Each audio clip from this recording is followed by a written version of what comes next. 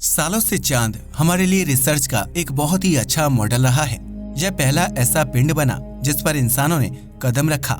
सिर्फ इतना ही नहीं, नासा के वैज्ञानिक भविष्य में इसे इंसानों का नया घर बनाने की सोच रहे हैं और इसलिए नासा आर्टेमिस जैसे मिशन को अंजाम दे रहा है। दशकों से वैज्ञानिक इस बात पर रिसर्च कर रहे हैं कि आखिर यह चांद हमारी पृथ्वी के पास आया कैसे होगा। काफी सारे वैज्ञानिक ये मानते हैं कि यह चांद हमारी पृथ्वी के आसपास नहीं बना है, बल्कि इसकी फॉर्मेशन कहीं और हुई थी और पृथ्वी के गुरुत्वाकर्षण की वजह से ये यहाँ पर आकर फंस गया। लेकिन ज्यादातर वैज्ञानिक मानते हैं कि इसकी फॉर्मेशन हमारी ही पृथ्वी के ऑर्बिट में करीब 4.5 अरब साल पहले हुई थी, जब एक मंगल ग्रह के साइज का ऑब्जेक्ट हमारी पृथ्वी से आकर टकरा गया था।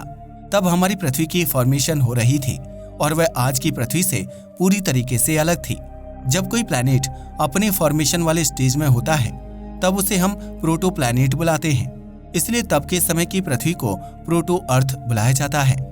खैर, इस पूरी घटना को वैज्ञानिक जाइंट इम्पैक्ट हाइपोथेसिस के नाम से बुलाते हैं। अब सवाल ये नहीं है कि आखिर हमारा चांद कैसे बना, बल्कि सवाल ये है कि हमारी पृथ्वी के ऑर्बिट में सिर्फ चांद ही क्यों मौजूद है। जब हमारी पृथ्वी प्रोटोफेज में थी तब इस पर काफी सारे पत्थरों की बारिश हो रही थी, जिससे और भी चांदों का निर्माण होना चाहिए था। लेकिन हमें ऐसा आज के समय में नहीं दिखता है। ऐसा क्यों है, इसे ही हम आपको आज के वीडियो में बताने वाले हैं, इसलिए इस वीडियो को अंत तक जरूर देखिएगा। यह क्वेश्चन सिर्फ हमारे ही दिमाग में नहीं, बल्कि वैज्ञानिकों के दिमाग में भी काफी बार आ चुका था। इसलिए एक इंटरनेशनल टीम ऑफ साइंटिस्ट ने एक स्टडी कंडक्ट की, जिसमें उन्होंने इन्हीं छोटे चांदों के मॉडल बनाकर उन पर रिसर्च की। वैसे इन्हें वैज्ञानिक भाषा में मूनलैट्स कहा जाता है। मॉडल बनाने के बाद और उसे रन करने के बाद उन्हें पता चला कि इसके काफी ज्यादा चांस हैं कि ज्यादा से ज्यादा मूनलैट्स हमारी पृथ्वी से ही आकर टकरा गए होंगे। इस रिसर्च पेपर का नाम मून फॉल्स रखा गया और ये अभी भी रिव्यू फेज पर है, यानी अभी भी इसे पूरी तरीके से सच नहीं माना जा रहा है। इस रिसर्च को करने में इजराइल, जर्मनी और वियना के काफी सारे वैज्ञानिकों का योगदान है। इस स्टडी को कंडक्ट करने के लिए काफी सारे वैज्ञानिकों ने एक ऐसा मॉडल बनाया जिसमें उन्होंने पहले से ही ये मान लिया है कि पृथ्वी पर काफी सारे पत्थरों की बारिश हुई होगी और बिल्कुल वैसे ही जैसे थिया ग्रह हमारी पृथ्वी से आकर टकराया था। ऐसा इसलिए हो रहा था क्योंकि उस समय हमारा सौरमंडल बहुत नया था और इसकी फॉर्मेशन अभी भी हो रही थी। अभी भी चीजें काफी ज्यादा अनस्टेबल थीं, जिसकी वजह से किसी भी ग्रह का ऑर्बिट फिक्स नहीं था और ऑर्बिट फिक्स न होने का मतलब है कि वह ग्रह कहीं भी जाकर किसी भी दूसरे ग्रह से टकरा सकता है और कुछ ऐसा ही पृथ्वी और थिया के केस में हुआ। इन कोलिजन्स की वजह से काफी सारे सब लूनर मास बने और इन्हें ही वैज्ञानिक मूनलैट कहते हैं। थोड़े सालों बाद जब चीजें थोड़ी बहुत शांत हुई होंगी तब यह छोटे छोटे चांद आपस में आकर जुड़ गए होंगे, जिससे एक बड़े चांद का निर्माण हुआ। जो थोड़े बहुत चांद बचे होंगे वह ज्यादा एनर्जी की वजह से या तो पृथ्वी के ऑर्बिट से बाहर निकल गए होंगे या फिर कम एनर्जी की वजह से पृथ्वी में ही आकर गिर गए होंगे। यह प्रोसेस ऐसे ही तब तक चलता रहा जब तक हमारी पृथ्वी के ऑर्बिट में मात्र एक चांद ही बचा। जैसे जैसे इस चांद का आकार बढ़ता जा रहा होगा वैसे वैसे इस चांद के पास और भी ज्यादा गुरुत्वाकर्षण बल आता जा रहा होगा, जिससे यह आसपास के सारे पत्थरों को अपने साथ जोड़ता जा रहा होगा। यह एक ऐसा हाइपोथेसिस है जिस पर वैज्ञानिकों ने पहले कभी भी चर्चा नहीं की। इस प्रोसेस की वजह से हमारी पृथ्वी की जियोलॉजी और इवोल्यूशन में काफी ज्यादा इम्पैक्ट पड़ा होगा। जब हम प्लैनेट फॉर्मेशन के काफी शुरुआती स्टेज को देखते हैं तो यह कोलिजन हमारी पृथ्वी के लिए काफी जरूरी मालूम पड़ते हैं। हमारी पृथ्वी के इतने डेंस एटमॉस्फेयर होने के पीछे भी इनका हाथ हो सकता है। जब यह हमारी पृथ्वी से टकराए होंगे तो काफी सारी गैस और धुआं रिलीज हुआ होगा, जिसने हमारी पृथ्वी के वायुमंडल को काफी ज्यादा मोटा बना दिया होगा। सिर्फ इतना ही नहीं, इनका हमारी पृथ्वी के टेम्परेचर को भी करेक्ट करने में काफी बड़ा हाथ रहा होगा। इनके इम्पैक्ट से निकलने वाली हीट की वजह से ही शायद बाद में हमारी पृथ्वी पर जीवन पनप पाया। इसके अलावा इन धमाकों ने हमारी पृथ्वी की रोटेशन को भी चेंज किया होगा, जिसकी वजह से आज हमारी पृथ्वी का एक दिन 23 घंटे 56 मिनट और 4.091 सेकंड का होता है। पृथ्वी को 23.5 डिग्री टिल्ट करने में भी शायद इन्हीं मूनलैट्स का हाथ हो सकता है। ध्यान रखिए, ये अभी भी एक हाइपोथेसिस है, लेकिन यह इतनी सारी स्ट्रॉन्ग चीजों को क्लियरली एक्सप्लेन करता है जिससे यह बिल्कुल एक थियरी की तरह साउंड करता है।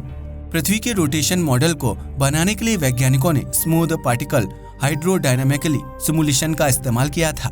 इसी से वैज्ञानिकों को यह पता चला कि छोटे छोटे चांदों ने पृथ्वी की रोटेशन को काफी ज्यादा इफेक्ट किया होगा। सिर्फ इतना ही नहीं, इस स्टडी से वैज्ञानिकों को एक और बहुत इंटरेस्टिंग बात पता चली। जब ये चांद हमारी पृथ्वी से टकरा रहे होंगे तो इनके कोलिजन की वजह से हमारी पृथ्वी का काफी सारा मटेरियल वापस से अंतरिक्ष में एक इम्पैक्ट के रूप में जा रहा होगा। इससे फिर से कुछ नए चांदों का निर्माण हो रहा होगा और यह प्रोसेस काफी अरब सालों तक चलता रहा होगा। वैज्ञानिकों के मुताबिक यह करीब 0.6 अरब साल तक चलता रहा और अंत में हमें एक चांद मिला जो पृथ्वी के ऑर्बिट में थोड़ा बहुत स्टेबल था। थोड़ा बहुत हम इसलिए बोल रहे हैं क्योंकि हमारा चांद भी पूरी तरीके से स्टेबल नहीं है। यह हमारी पृथ्वी से हर साल करीब 3 सेंटीमीटर दूर जाता जा रहा है। वैज्ञानिक ऐसा मानते हैं कि इसके हमारी पृथ्वी से टकराने की वजह से यहाँ पर एक बहुत बड़े लैंड का भी फॉर्मेशन हुआ होगा जो शायद पैंजिया के ही किसी हिस्से में मौजूद होगा। इसकी वजह से हमारी पृथ्वी पर काफी अलग तरह के पत्थर एक साथ दिखाई दिए होंगे। इस बात पर वैज्ञानिक पूरी तरह से श्योर नहीं है, इसलिए इसे इस हाइपोथेसिस के बहुत छोटे से पार्ट में एक्सप्लेन किया जाता है। खैर, इस थ्योरी के मुताबिक हमारे चांद की फॉर्मेशन सौरमंडल बनने के 1 से 10 करोड़ साल बाद रुकी होगी। इस समय बाकी ग्रह अभी भी अपने डेवलपिंग स्टेज पर थे और वो भी इन्हीं कोलिजन को झेल रहे होंगे। मंगल ग्रह के भी चांद इसी तरीके से बने होंगे और वैज्ञानिक ऐसा मानते हैं कि भविष्य में संभावना हो सकती है कि यह फेज फिर से चालू हो जाए। उनके मुताबिक फिर से हमारे सोलर सिस्टम में इनस्टेबिलिटी आ सकती है और चीजें आपस में टकराना शुरू हो सकती हैं। इसका सबसे बड़ा उदाहरण है मंगल ग्रह का चांद फोबोस, जो भविष्य में उससे जाकर टकरा जाएगा और इससे हमारे पूरे सौरमंडल में उथल पुथल मच जाएगी। अगर मंगल ग्रह का ऑर्बिट थोड़ा बहुत भी इधर उधर होता है तो इससे हमारी पृथ्वी के ऑर्बिट पर भी दिक्कतें आ सकती हैं। यह इस चीज का भी एक बहुत बड़ा उदाहरण है कि सच में चांद ग्रहों से आकर टकराते थे।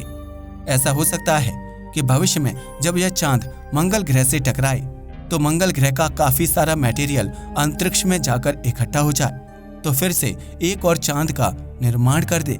डराने वाली बात यह है कि हम यह प्रिडिक्ट नहीं कर सकते कि इस कोलिजन की वजह से हमारी पृथ्वी के साथ क्या होगा, क्योंकि हमें नहीं पता कि वह चांद मंगल ग्रह से किस तरीके से टकराएगा और इसका इफेक्ट क्या होगा। खैर, इस थ्योरी पर वैज्ञानिक काफी जोर शोर से काम कर रहे हैं क्योंकि यह चांद के बनने पर बिल्कुल ही नया पर्सपेक्टिव देती है। आपकी इस थ्योरी के बारे में क्या राय है, हमें कमेंट करके जरूर बताइएगा। आज के लिए बस इतना ही। वीडियो पसंद आया हो तो इसे लाइक और शेयर करें। धन्यवाद।